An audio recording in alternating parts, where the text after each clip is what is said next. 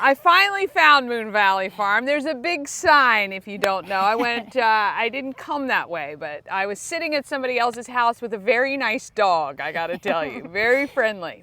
I'm here with Emma, Moon Valley Farm. You know, I talked to you, I think we just figured out, I can't believe it's almost been 5 years. That's a long time ago. And wow, you have really done some amazing stuff here. Thank you. You just told me originally 25 acres is what you've been farming. Yep. Now you're picked up, is it 50? 45 more. 45 more acres. Yeah, so we're farming 70 acres now. That's unreal. So with the additional land, are you doing additional things or you're just doing more of what you're already doing? Yes, we're doing both. So we are diversifying our crop selection. The first thing we added was strawberries. Okay. And so we planted those last fall, and we planted about a half acre or 12,000 strawberry plants. Holy cow. And to celebrate, we hosted our very first strawberry festival this year. So. Yeah, that's really, really cool. Let's go back kind of to the beginning. Farming for you, like how did you get here? And then we can talk about what's coming. Okay, great. So I am a first-generation self-taught farmer. I started Moon Valley Farm in 2012 on a piece of actually my parents' property in the suburbs of Baltimore County. Okay. And I grew the farm business from that to 15 acres across 6 different other borrowed parcels. That's nuts. Throughout Baltimore County. So basically other people's backyards, I would give them a CSA share in exchange for the use of their land. Okay. And I used all of that experience, getting a customer base and figuring out systems, figuring out how to farm, how to harvest, how to everything. And used all of what I had saved at that time to buy this property here in Frederick.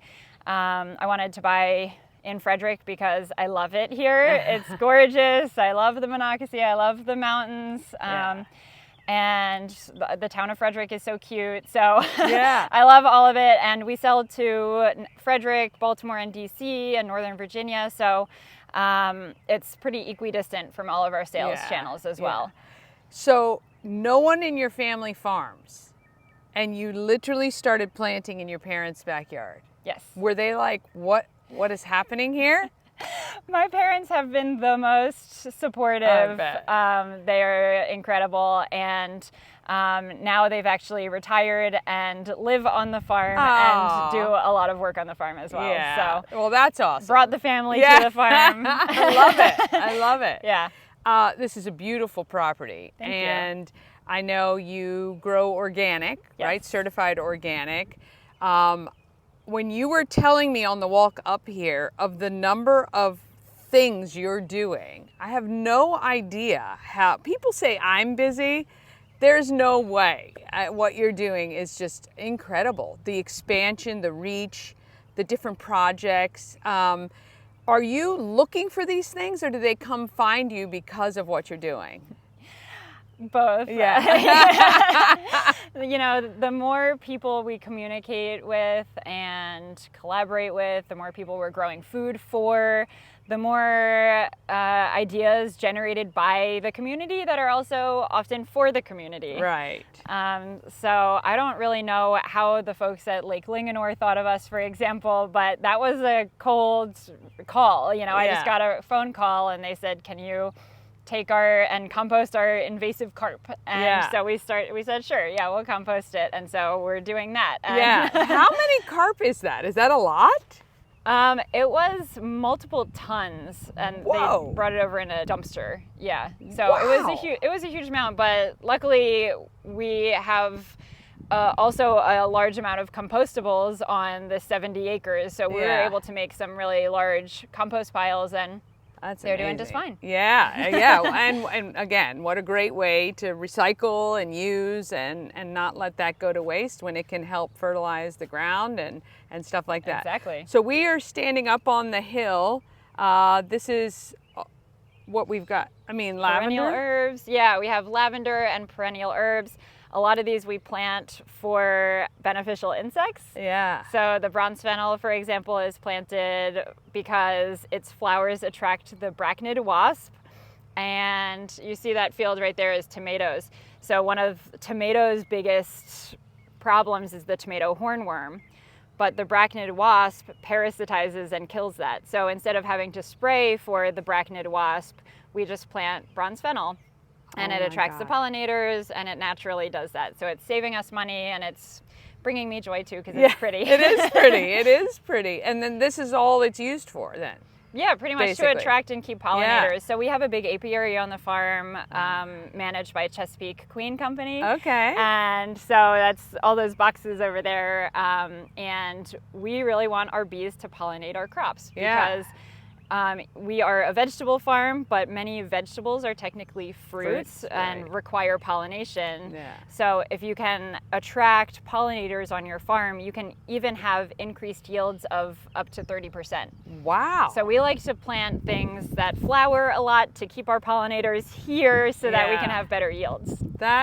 And you just have learned all of this over the years. That is just fascinating. I because this is something I'm so far from, but enjoy all the time. Food, good food, organic food. What has been so far the biggest challenge for you over the past several years since you started this? So 13 years in business now, I've realized that I'm usually the biggest problem. As a business owner, me getting in my own way of either my employees' growth or my own growth is the biggest problem. Admitting where I am inadequate and maybe need to hire out some help. So that's been my biggest challenge is getting over myself. I mean, that's big of you to admit. I don't know how much therapy it took to get here, but look, it happens to all of us, right? You're just kind of doing your day-to-day, and you're not really looking outside at the impact your decisions are making on other people when you think, hey, this is where we're headed. So so really I've tried to empower employees to own certain parts of their job so that I'm not hovering, or if it's something that I'm terrible at, like drawing or graphic design, I hire somebody who's really good at that to do it. So I'm not just kind of and it takes a lot of energy out of you, right? Especially if you're not really good at it. You fret over it, you stress about it, and that's no good to anybody. Your passion, besides growing amazing food, seems to be feeding people who don't have access to these great fruits and vegetables and things that you're doing. Has that always been a passion for you? Is that kind of how all of this started, or it's just grown to be just because of what you're doing?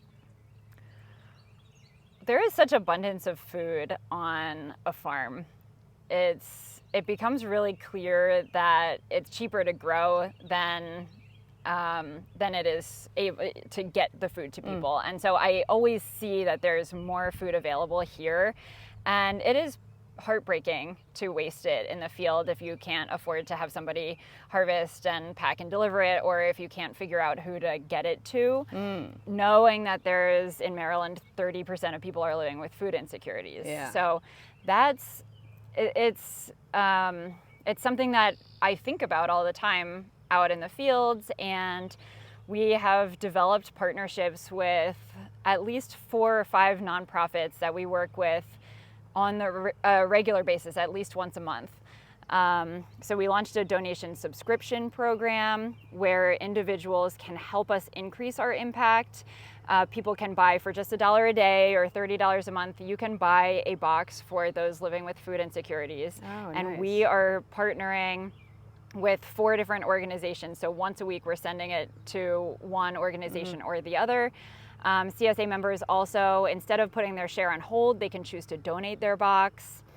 And we also donate a lot of food. So in May alone, we donated over 5,000 pounds of food. Wow. So we're doing that on our own, and then we're asking our community to help increase our impact by partnering with these nonprofits, so that because they're the ones connected with people who need the food and knowing exactly what they need and when. Yeah, they're your perfect middleman, right? Because they're doing all the research, due diligence, and just getting the food from you and getting it to the right people. We also started working with a food as medicine program with the Linda Benn Foundation, where we're providing hundreds of boxes every month to Title I schools, school families in PG County. Okay. So we're looking for opportunities to partner with other organizations who are seeking grant funding or have other means of funding to increase the amount of healthy, fresh food that people living with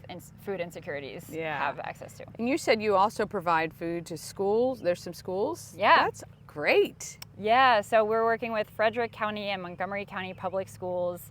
We do work with some private schools as well in Baltimore City, in Baltimore County.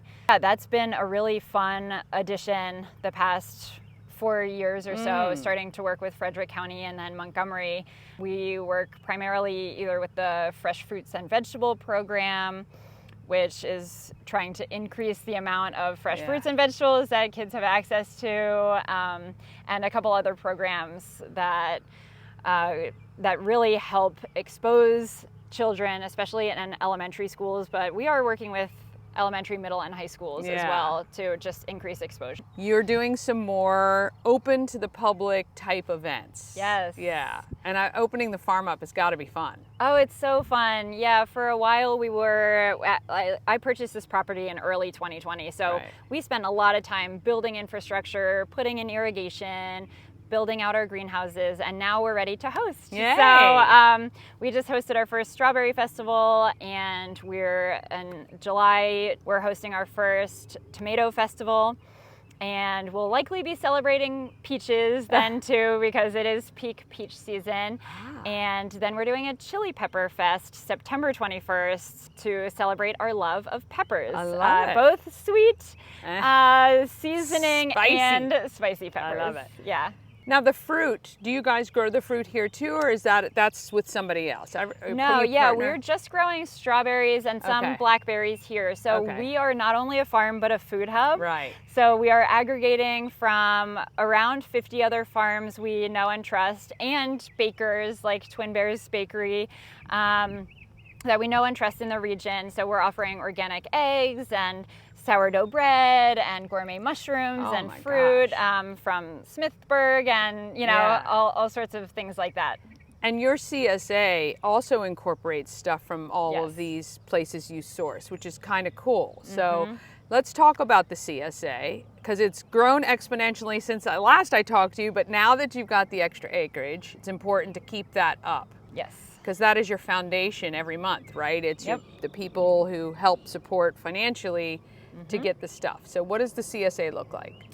Yeah, so our CSA program runs year-round. We also do have a half-year program in our peak season, which is from June through Thanksgiving.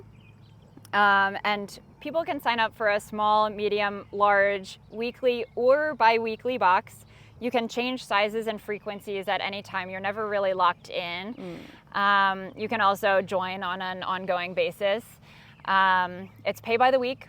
You can customize your box each week by, so we kind of set a box, and then you can come in and swap items to make sure. One time in October, we had somebody exchange everything in their box for pumpkins. So you can even exchange everything in your box and funny. Have a pumpkin party if you want. So it's extremely versatile, and it's the foundation of our farm. We know how much to plant because we have, a certain number of subscribers. So that gives us the confidence to plant and the ability to just do what we do best and farm. Right.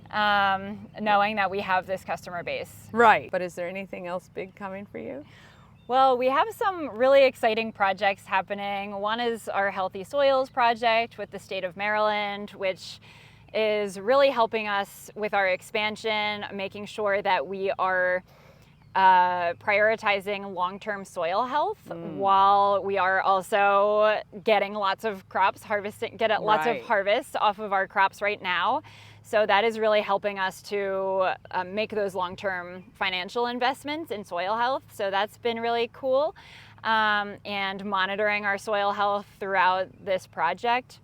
And we were also working on building a processing facility so that we were able to wash and cut produce at the very least. Right now, farmers are not allowed to cut into produce after the point of harvest. So this will really help us to reduce our food waste on the farm, because if something comes out imperfect, we can't cut around that, for example. Or like, so if we have a massive watermelon, we are not allowed to cut it in half and sell half a watermelon or a quarter of it. Or if it has a bruise on one end, it's just, you know, for staff only, basically. And so this is going to really help us to reduce our food waste. And so, yeah, that's super exciting. That is the saddest thing to me. Yeah. That, I mean, unfortunately, as Americans, we get everything polished and shined in the store, and one bruise or one weird something rules that not able to be sold there, right? It seems kind of crazy. Or cutting out the bad parts, you know, to have to waste it. Yeah, and, you know, food doesn't all grow perfectly. Nor do we. Nor do we as people. So Some of us need a little help. Yeah, exactly, exactly. Yeah, so it is kind of sad when you think about that. That is kind of our priority level. Instead of feeding more people or getting that food to somebody else, it's kind of sad that that's where you are. But that's you're dealing with the regulations that were dealt to you. Exactly. Did you ever think that the young girl who started in her parents' backyard would be here? No, at that time I really didn't. I mean, I had 2 kids under 2 at the time. I didn't have any farm experience. I had never worked on a farm before. There were no farmers in my family. I didn't even know any farmers when I started. So no, but I had always wanted to start a business. I was really passionate about food. I was really passionate about raising my kids outside and knowing where their food came from. And the reason why I decided to farm in the first place was I realized that the food I can grow is so delicious and safe and healthy for my family, and the passion for sharing that with other people's families, I think, has really fueled my growth throughout. Yeah, I mean, and that's all we read about, right? It's all you hear about, all you read about is that everything we're putting, well, you are what you eat. And so if you know where that comes from, then you feel pretty good about it. So sign up for the CSA. At least you know your fruits, your vegetables, and everything else that Emma gets access to, including eggs and things like that, are coming from the best. She's not going to go anywhere else other than the best and work with other people who are farming the way she does, with mindful tact. I love it. Head out. Moon Valley Farms, we're going to make sure we promote the events you guys have coming up soon, but that CSA, you got to get it. All right, we will see you guys next time.